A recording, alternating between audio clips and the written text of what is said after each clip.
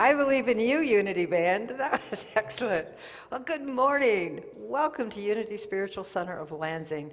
I'm Reverend Sharon Ketchum, and it is my pleasure and privilege to be with you here this morning to share a message, a meditation, and some wonderful music by our music team. Here at Unity, we have a mission to spiritually awaken to our oneness with God, each other, and all creation. And this is inspired by our vision statement, a vision that is shared by Unity churches around the world as we see a world powerfully transformed through a growing movement of shared spiritual awakening. And I say shared and emphasize shared because it's not like finding the right and perfect answer.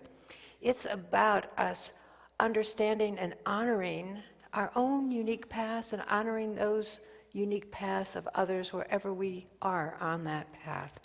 So I'd like to begin service with an ecumenical prayer as we affirm the enlightenment of the Buddha shines within us. The compassion of Christ moves through us. The power of Jehovah strengthens and guards us. The presence of Allah surrounds and guides us. Wherever we are, the Tao is, and all is God. Each week we like to take a moment to bless our neighbors. There's a lot going on in the world. You know, we hold Israel and the Palestinians in prayer for continued peace. We're into day 2 now of this peace over there. We hold our neighbors in India and South America who are still dealing with a real crisis point in the COVID experience of this world pandemic. We have neighbors down the street from us that who knows what they're going through. But we know that we're all connected in the heart, so we just take a moment to just include all of our connections, those that we know and those that we don't, as we affirm that we pray right now with understanding and compassion in our hearts, no matter what the outer appearance, knowing that ultimately divine light shines through the darkest moments. We bless our essential workers, our medical community, all those that serve us, even in the direst times of need. We bless those in grief, whatever their loss, knowing that God within them is their strength. We bless our communities wherever they are, holding them in our heart, holding them in that grand idea of oneness, blessing them, embracing them with love and compassion. And so it is. Amen. And we continue in this prayer mode as we bless Unity Spiritual Center of Lansing, which is you and me. We pray for Unity Spiritual Center of Lansing as we embrace our spiritual growth. We bless the times of wandering and the times of wondering. We bless and give thanks that each path that appeared to be an end, a wall with no exit, actually was simply a redirection to a path that would lead us to a greater blessing, a greater abundance, a greater peace. We are right now living a greater expression of love, a force for good in our neighborhood and a force for good in our own lives. We are receptive to the handprint of God guiding us to a greater understanding of the fields and unlimited possibilities for each of us, new opportunities to be a meaningful light in our world. And so it is. Allah, Shalom, Amen, Namaste. This is the time we do reach out and touch, but right now, instead, we are doing Namaste. So as Winley likes to say, Namaste, no mistake. Namaste to you, Namaste to you, Namaste to your neighbors. What a great way of honoring the divine light within each of us, taking that moment to look into each other's eyes and give that energetic hug. And with that, I'm going to invite Sybil to come on up here. She's our platform assistant today, and this is the first time, so we're going to love her into perfection on this, just as you are. Thank you. Today's daily word is faith, inspired by Jesus' words in the Gospel of Luke. If you had faith the size of a mustard seed, you could say to this mulberry tree, "Be uprooted and planted in the sea," and it would obey you. We may not be able to control what happens around us, but we are always free to choose what happens within us. Our perception determines our experience. We begin with faith. We choose to see the vibrant wholeness that is present even during illness. We open our hearts and minds to the harmony that we know is possible, even in the midst of apparent discord. When our needs appear greater than our resource, we remind ourselves all supply springs forth from the inexhaustible well of divine substance. We are reassured by remembering all situations are temporary and God is greater than every circumstance. Through our faith, we align our thoughts with the divine and believe in this truth that sets us free. Our affirmation for today is, my faith keeps me focused on God. Let's affirm that together. My faith keeps me focused on God. For the month of May, we are focusing on our core value and our daily practice of prayer. Prayer is a powerful tool available to each of us to co-create the lives of our heart's desire. It brings us into alignment with the nurturing, compassionate essence of God within us. It strengthens our resolve and lifts us above apparent circumstances to a greater understanding and a more effective course of action. Prayer can never be used up. It can never be worn out. Prayer is always accessible and never out of reach. We celebrate the magnifying power of prayer that comes when we consciously join together in prayer.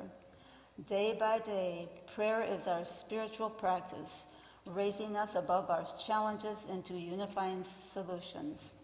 Our affirmation today is, we acknowledge, celebrate, and practice the transformative power of prayer. Let us affirm that together. We acknowledge, celebrate, and practice the transformative power of prayer. Today we are coming to you by live streaming from our new sanctuary on Washington Road. While the building is currently closed to in-person meetings, we continue to offer classes on Zoom. On Mondays at 1:30, we have a Course of Love with Lucille Olson. Thursdays at 7 p.m. is a Course in Miracles with Dan and Carol Maynard. And make a note of this, our prayer circle is meeting on a new day and time starting this week. Tuesdays from 11 a.m. to 11:30 a.m. A perfect time to take a break and join with others in prayer. As activities away from home increase, our 11 a.m. casual conversations has come to a close. One ministry team that is still very active is our prayer team.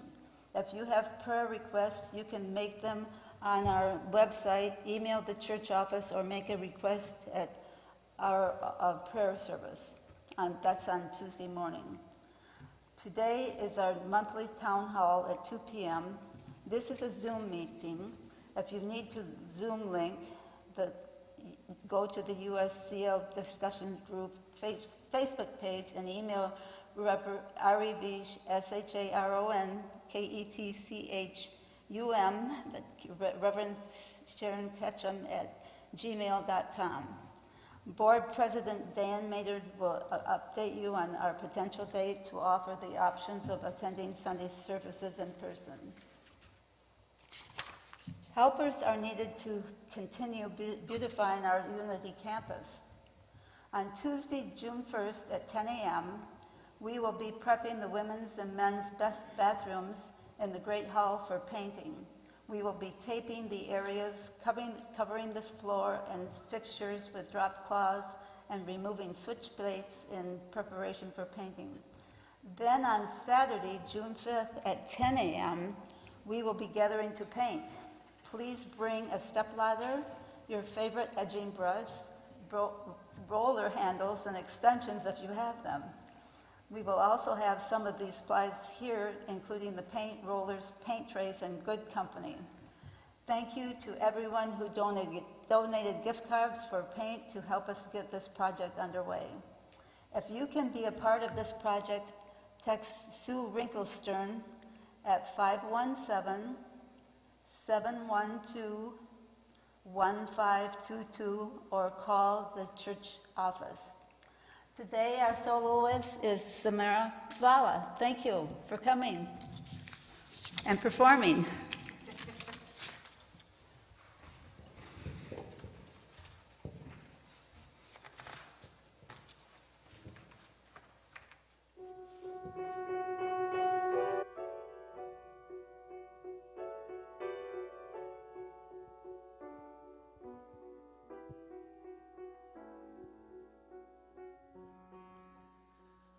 May the road rise to meet you. May the wind be always at your back. The sun shine warm upon your face. The rains fall soft upon your fields. And until we meet again, may God, may God, may God hold you in the palm of His hand. May the Lord bless you and keep you. May the Lord cause His face to shine upon you and give you peace. May the road rise to meet you.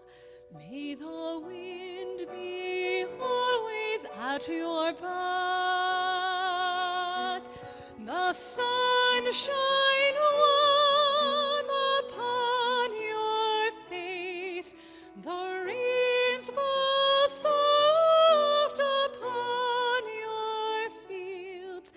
And until we meet again, may God, may God, may God hold you in the palm of His hand. May God hold you in the palm of His hand.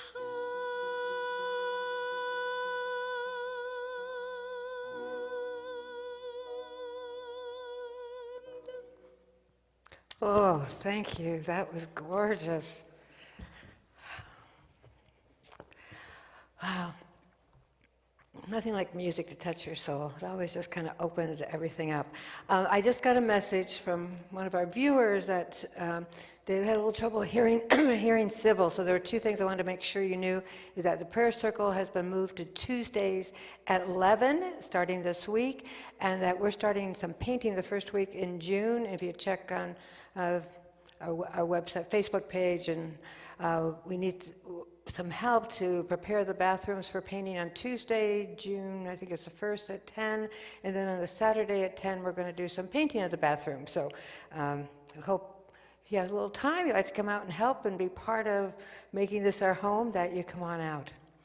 Well, it's so good to be back. Last week, as you know, you may know, I was down at Unity Livonia installing Reverend Cindy Yamamoto officially as their minister. It was their 1-year anniversary since they had hired her, but of course with the pandemic, she hadn't been in person with them only for a couple weeks since they had hired her. Everything else was virtual.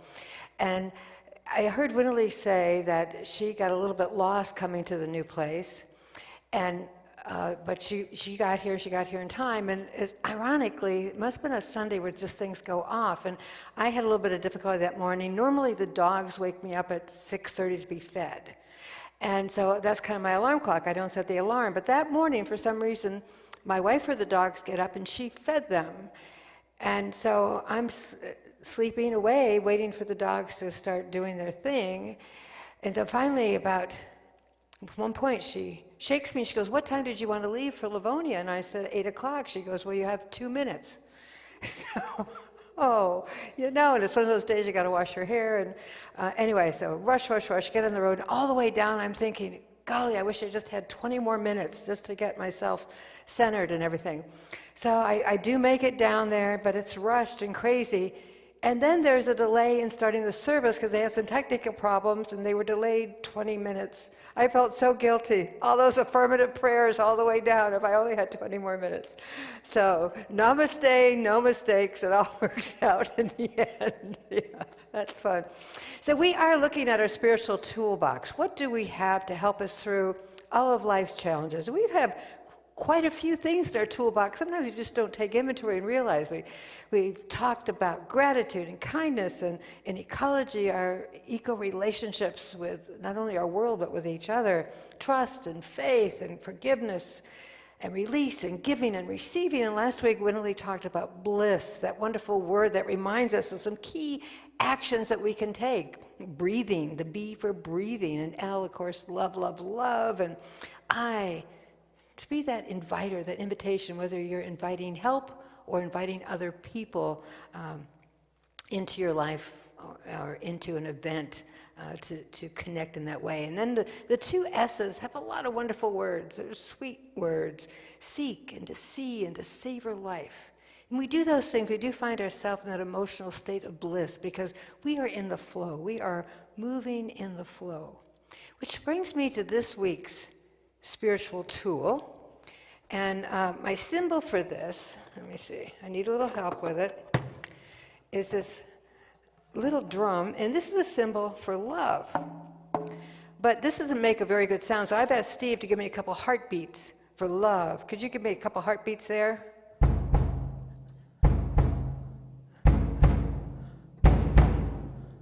Yeah, we got it going. Thank you very much. It's your solo for the week. Okay. Yeah, so many times you see hearts and think of love, but I think that drum beat, you can feel it. Standing here next to Steve, and then when I played my drum too, you can actually feel the vibration. And that's the kind of love we're talking about. I mean, Valentine love, hearts and flowers and lace and all that is wonderful. Love of ice cream is wonderful, but we're talking about that absolute love, that vibration that interconnects us. And love is this wonderful, multi-dimensional expression of energy.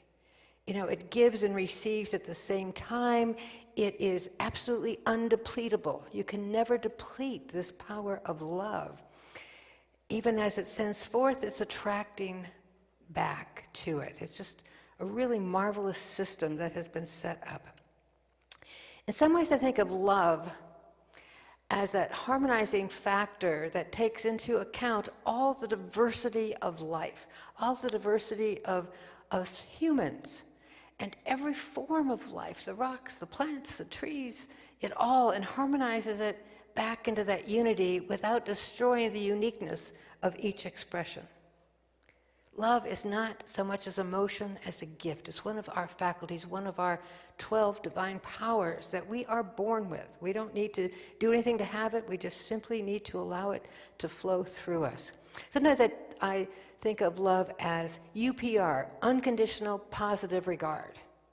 That when you can look at everything and everyone with unconditional positive regard, that is when you are in that ba-bum, ba-bum, that love flow, seeing God everywhere and in everyone. So there was this teacher that she was one of those delightful teachers that took on some of the more difficult students within the school. And she was just brilliant at it. And she did really good work with them to really help them blossom and just grow out. And some people would say, I think you're spoiling the kids by doing that. And her favorite line was, potatoes spoil, people don't. Potatoes spoil and people don't. There is no way to spoil people by loving them too much, loving them into their full potential. There's a story about a woman that she'd been working at this company for a while, and she finally got up the courage to ask for a raise. Have you ever been in that position? Your stomach's kind of turning, and she walks into her boss's office for her appointment. She sits down and asks for a raise, and he gave it to her. She was thrilled. This was just wonderful, wonderful news. So she gets home, and she just can't wait to tell her husband what happened.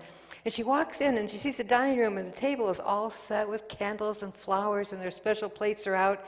And she goes out into the kitchen. She sees him cooking this marvelous meal. And she goes, "Honey, I got it. I got the raise." And he gave her a kiss, and they went down. They had this great celebration. And when she sat on her on the table, on her plate there was a note from her husband. And it read, "Congratulations, darling. I knew you'd get the raise. These things will tell you how much I love you," this whole celebration.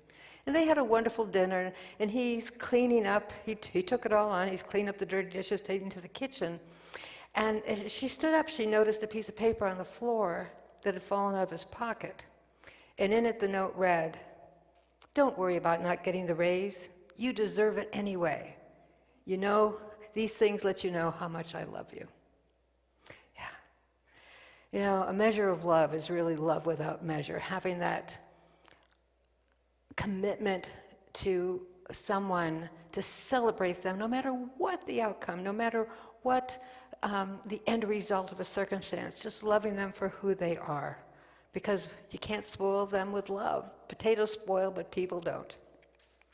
So in our spiritual toolbox, we have this great faculty of love within us, and there's lots of ways to express it. So the other tool I want to talk to you about today is one way of expressing love, and that is through compassion. Through compassion. Compassion is like kindness on steroids. It's not sympathy. It goes even beyond empathy. It's that ability to sit with someone without judgment, without a feeling of superiority. You know, this never would have happened to me, but I'll sit here with you in your pain. It's holding, the word compassion comes from the idea of holding the burden of another, to suffer with another. And suffer has kind of a strange connotation, so I wanted to give you an example of maybe the original meaning of suffering. So here I have this glass, and I'm going to pour some water into it.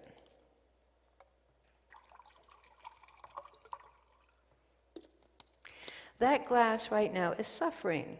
It is holding the water. It's not suffering in the sense of, "Oh, woe is me," but it's suffering in the sense that it is allowing itself to be used to be a container to hold this water. And that is what compassion is, that we allow ourselves to suffer, to be the container, to help someone else hold whatever it is that is heavy on their heart in that moment. In Psalms, there's this wonderful little verse in the 145th Psalm that says, "In the heart of God exists an eternal tenderness and mercy." Compassion, that eternal tenderness. Metaphysically, we understand the idea of compassion to be a characteristic of a mixture of love and mercy combined with an understanding heart. An understanding heart, to me, is that intelligent heart. It's not just a blind love, it's a real thoughtful love. A compassionate mind sees perhaps even the error, but it doesn't mind, it doesn't condemn. It's like the story in the New Testament when there was this woman who was caught in adultery, an act of adultery, and according to Jewish law at the time, the woman was to be stoned to death. And so this crowd of men were around this woman, and they were getting ready to stone her. These were pretty big stones, these weren't pebbles. And Jesus came up and said, you know, let him without sin throw the first stone. Of course, nobody was able to throw a stone. But then Jesus went to the woman and said, "No one here condemns you, but neither do I. Neither do I condemn you. Just go on your way and don't make the same mistakes." He had that compassion to be with her in the moment, unjudgmental, just being in the moment. And for those of you that know the story, it's said that Jesus wrote something in the sand as these people were gathering to stone her, and didn't say what it said, but most of us have figured it out that it said, "Where's the man?" I never saw anybody commit adultery by themselves. So anyway, that's a little side. So compassion in action, you know, to do anything well, we need to practice it. And we all have people or groups of people or situations that we do not feel compassionate about. So I'd really invite you over the next couple of days to think about a person or group of people, movement, whatever it is, that you just do not connect with. You can feel no compassion for them. It may stir up anger or disbelief, whatever it is. And think about that group of people that you may be judgmental about. And see if you can find a different perspective of viewing them. One of my favorite has always been to picture that person as a baby, because all babies are innocent and beautiful, and know that that's part of them too. And even hateful people have good characteristics. They may love their family, take care of the family. Maybe they have a pet that they're really good with. Find that different perspective, because nobody is all of anything. Nobody is all perfect. Nobody is all evil. We are all perfectly imperfect. So find those parts that maybe do resonate with you. I guarantee you, if they're human, there's something that resonates with you, because we do share a lot of common things. And take those thoughts about that person or that group and move them to your heart. See, this is that intelligent heart, that heart-mind, and let it sit there until you can find yourself feeling compassion, feeling a connection that is without judgment. Because very often, when people do something that is painful to others, it's because they themselves are in pain. Now, with people getting all these vaccines, and a lot of times with younger people, they put a Band-Aid on it. And this little boy was getting his vaccine, and he started to put a Band-Aid on it, and the boy said, "No, could you please put the Band-Aid on my other arm?" And they go, "Why put the Band-Aid there? You didn't get a vaccine." He goes, "Yeah, but if I go to school with a Band-Aid on that arm, they'll know I got a shot there, and everybody's going to punch me in it." You know, because that's what kids do sometimes. "Yeah, you got a sore spot, we're going to." So if I put it on the other arm, too, they're not going to punch me there. So this boy really knew his kids at school and how they like to fool around with each other. And you know, as adults, we sometimes try to hide our pain too, putting the Band-Aid on the other arm. Because our pain I'm talking about isn't necessarily physical pain, it's that emotional pain that we kind of shove down and walk through the day with. And it reminds me of a story of this king that decided he needed a helper, a right hand. And he found the perfect man, and he's training him. And they went out to this window, look over the ledge, and the king said, "There is all the land that I rule." So his new assistant said, "So what is the one thing I need to know to carry out your orders?" The king looked at him and said, "There's only one directive. Look at the people as wounded. Each one of them is in pain over something. You don't know what it is. The wounds don't always show, but when we take that attitude, that perspective, that something is going on for each person that we encounter, we can be a little bit more compassionate towards them in our interaction. And when we discover that people are hurt, and we discover where they're hurt, that really opens the door sometimes for us really to help, to really work on a cooperative healing of whatever is going on. There is an urban legend that maybe you've heard about. There's this law firm that in New Jersey, and they opened a new office down in Baltimore, and they sent some flowers down there to them. And then they got a call from the new office, and they showed them a picture of, it was a Zoom call, showed them a picture of the flowers, and how they put a ribbon across it, and it said, "Deepest sympathies." So they called the florist and said, "Listen, you sent the wrong flowers to our new office, it says deepest sympathies." And the florist went, "Oh, this huge breast, because the other flowers that were being delivered that morning were going to a funeral. And it said, enjoy your new location." Whether that really happened or it's a myth, sometimes we find it difficult to offer comfort. The wrong thing comes out. We get a mixed up sentiment, if you will. There was this minister that was relatively new, and this young woman came to him very distraught, very upset, and confided in him that she was pregnant. And he was so flustered, he didn't know what to do, and he said, "Are you sure it's yours?" So sometimes we fall short in our attempts to comfort. We just can't say the right thing.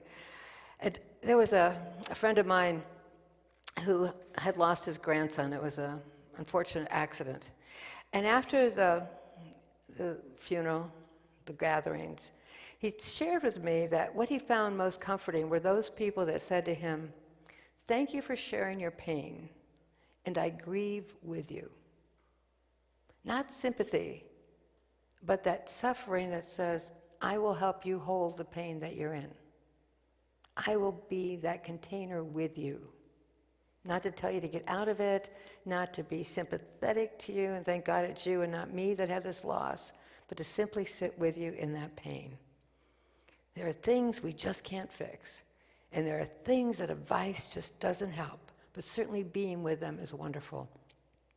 James Engel, he was a former president of the University of Michigan, and he said the secret of success is to grow antenna, not horns. To grow antenna, not horns. To be able to grow those parts of us that really sense where people are at, as opposed to the horns that are defensive and offensive in the moment. Growing antenna, not horns. This mother was out with a stroller that she had twins, God bless her, and they were about 2 years old, so they're getting a little weight on them there, and as she's out walking, they came to a hill, and she's going, boy, I'm going to need help with this one.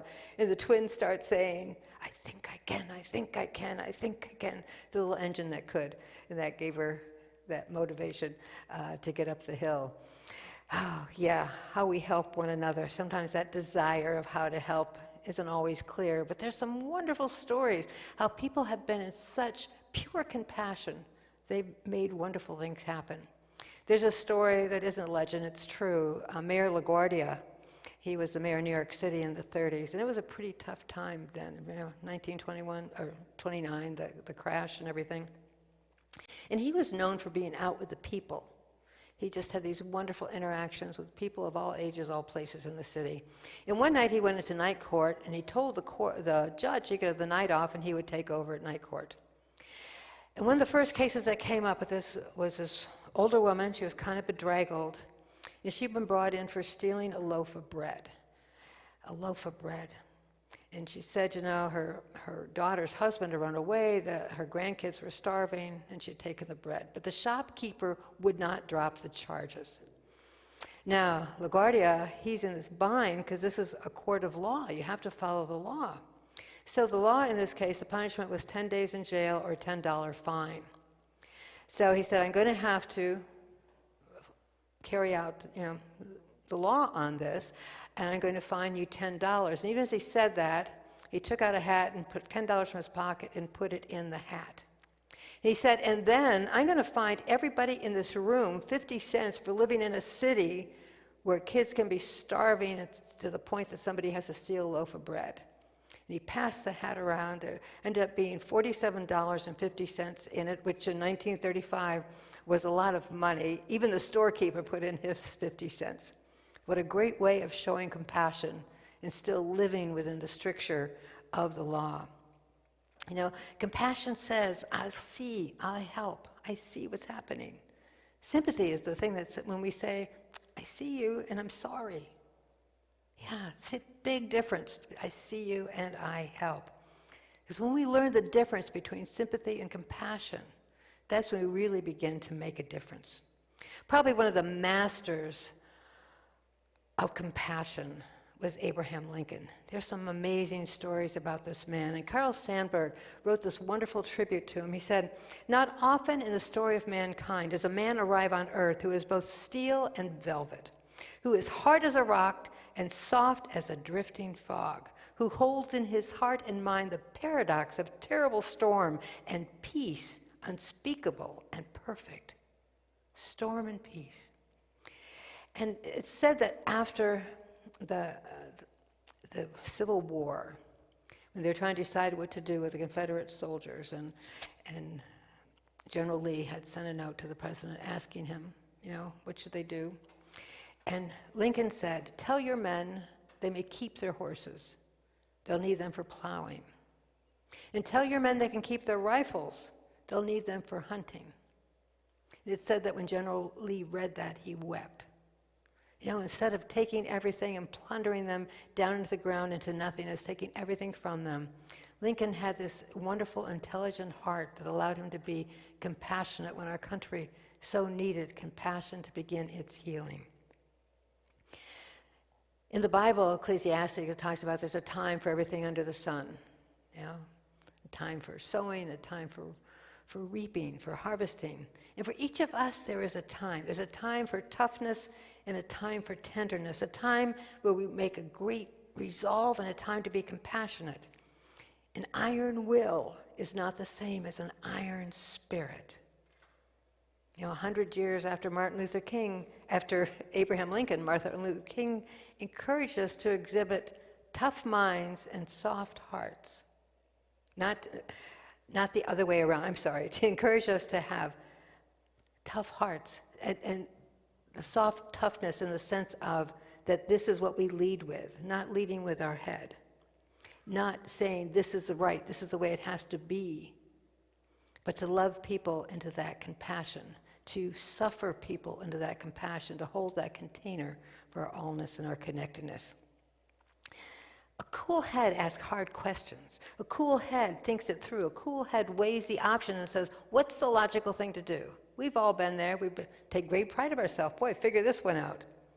But a warm heart empathizes. It considers feelings and relationships. And a warm heart asks, what is my spirit asking me to do? What is my spirit telling me to do? Do you know Lincoln pardoned more prisoners than any other U.S. president before or since? So some decisions we do make with our heads and some we make with our hearts. But I think where we really need to land is both of them together in that right and perfect balance. It's like life is like a card game sometimes. It feels that way. And I look at love and compassion as kind of the wild card. When we get a hand that doesn't seem like it's a winning deal, we have this wonderful wild card that allows us to have a different perspective, to see things differently. Even when it doesn't feel like we have a winning hand, we always get to love the other person. They don't have to love us. We always get to show compassion, no matter what the other person, whatever their state is. It's our choice always to live with that ba-bump, ba-bump, that heartbeat of love and compassion. With that, we're going to take a little time of meditation to listen to our own heartbeat, to perhaps build upon a quote from Pema Chodra, who said, the root of compassion is compassion for oneself. So I invite you just to take a moment to take a deep breath, make yourself comfortable wherever you're sitting. Just rest your hands, rest your feet. Rest the muscles in your face. Just breathe in. Breathe out. Ever so gently and decidedly, allow yourself to move into the flow. That multi-dimensional expression, vibration, harmony that we call love.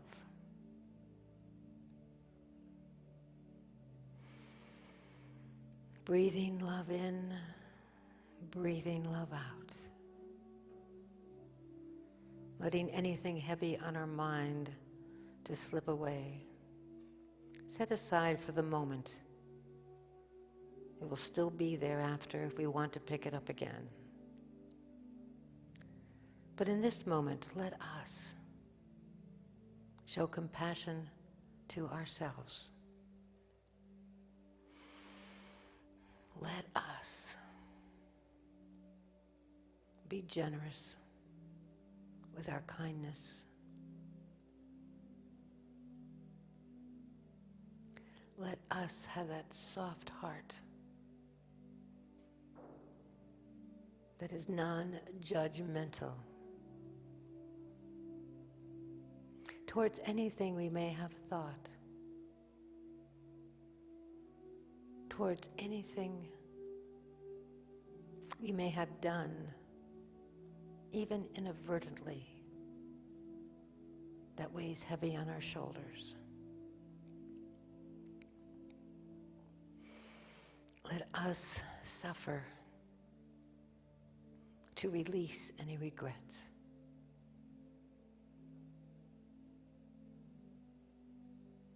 Emboldened and empowered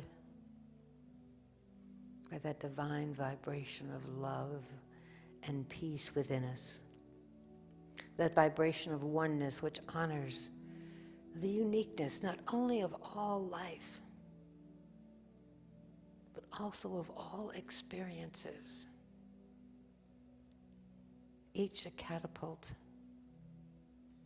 in our own growth. Allow the words that I speak now to be the words of your own heart. I am one with God and all of God's creation.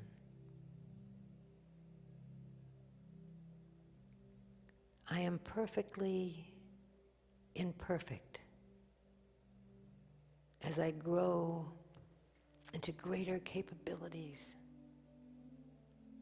a greater capacity to express love in its many forms, through compassion and connectedness. As I awaken the spiritual faculty of love, its beauty shines through me, beats through me. For love is my ability to truly desire that only good come to all.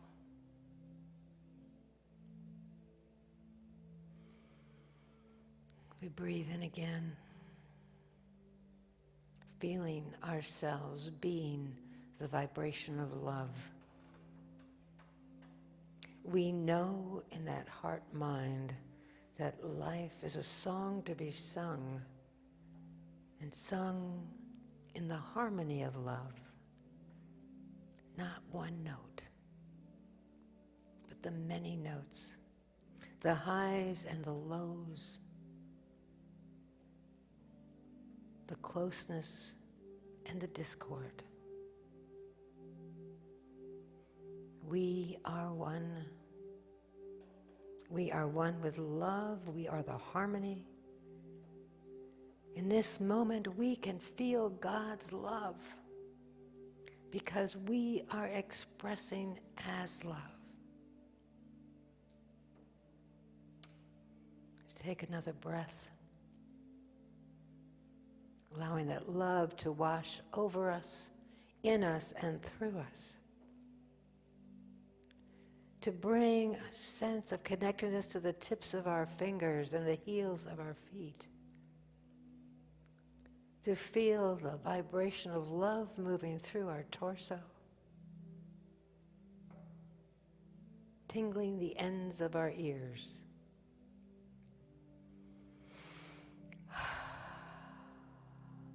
We are love, and so it is. Amen. So this week, just invites you to remember that we all have wounds. If you're going to work on anything, grow antennas, not horns. And that the simple desire to help will always help you find a way. And love all you can, because people don't spoil, only potatoes do. With that, I'm going to invite Samara back up here with one of my favorite songs. I'm so glad you chose this one. Enjoy.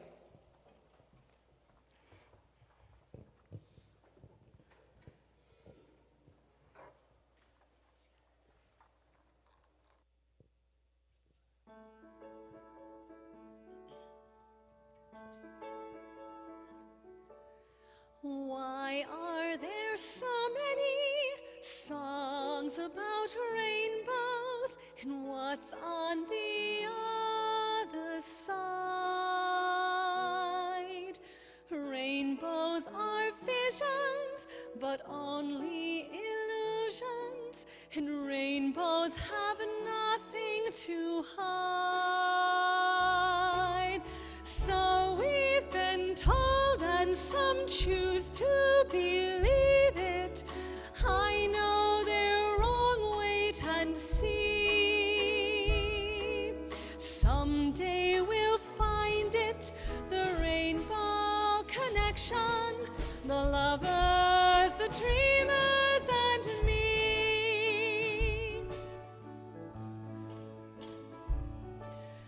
Who said that every wish would be heard and answered when wished on the morning star. Somebody thought of that and someone believed it. Now look what it's done so far. What's so amazing that keeps us stargazing? And what do we think we might see? Someday we'll find it, the rainbow connection, the lovers, the dreamers, and me. All of us under its spell, we know that it's probably magic. Have you been half asleep, and have you heard voices? I've heard them calling my name. Is this the sweet sound that calls the young sailor? The voice might be one and the same.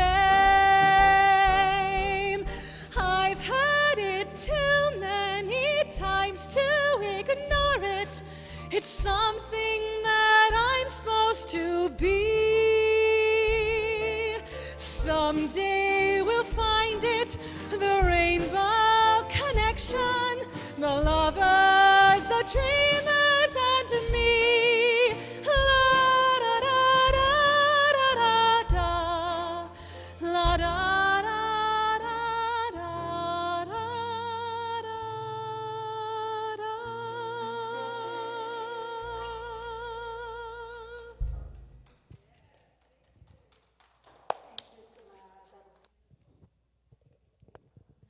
Time we Oh, we gotcha. Good. Keep speaking. Let's see. Jerry's going to let me know to make sure we're hearing you. We were having a little trouble the first time. Talk. Now is the time we enter into a time of joy as we celebrate our abundance, both as a community and for each of us individually. We acknowledge that God is our source of supply, which lavishly flows to us through many channels. The Unity community, which is all of us, enjoys a stream of supply of time, talent, and treasure, which meets and exceeds any demands. We celebrate abundant resources that fulfill our every need as we co-create a new spiritual home that serves us well. Allow the words of celebration I speak to be the words of your own heart. We join in thought, prayer, and answer to bless our earthly abundance to meet all the needs of our spiritual home, even as our supply meets and exceeds our personal needs. We bless the gifts that have been given and the gifts we are about to receive, and so it is. Amen. We are very grateful for the love and offerings this ministry has received from all the members of this community, both online and through the mail. So thank you, each and every one of you who continues to so generously support this ministry during this extraordinary time. We are a tithing congregation, and it's with added celebration that we tithe of our abundance with others. Our congregants' choice for the second quarter of this year is the Greater Lansing Food Bank. They continue to do such a remarkable job responding to huge demands during this pandemic. We thank them for their selfless work and know that our gift will go forth to do great things. We give thanks for the gifts that have blessed our Unity community, as well as celebrating the gifts that have blessed our lives personally. We get to practice that spiritual activity of being in the divine flow in our day-to-day experience by acknowledging our countless blessings. Whatever we each have experienced with this week, let us take a moment to express our deep appreciation for the love, the kindness, the support, and the thoughtfulness of the blessings that poured into our lives. Let us affirm together. Divine love through me blesses and multiplies all that I am, all that I have, all that I give, and all that I receive. I praise, give thanks, and am glad. Now let us join together in our closing song, I Choose Love, followed by the prayer of protection. Come on up. Come on up. We'll just stay a little bit apart for sin. My life is growing because I choose love. Love's always present. It's what we're made of. I choose love. We are a part of each other. We are one tie that binds us that can't be undone. I choose love. Peace on our planet is growing because I choose love. Let love be present is what we're made of.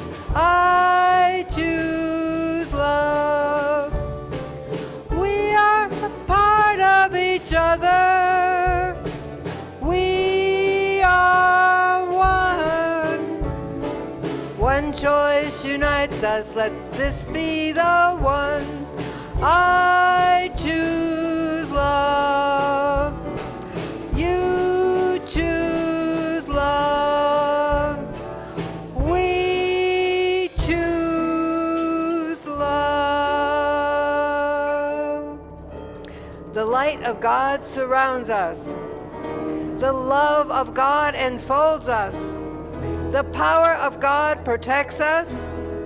The presence of God is within us. Wherever we are, God is. Except maybe I left a line out there, but we know the gist. What do you got for us to pull me out of that mistake? Namaste, no mistakes.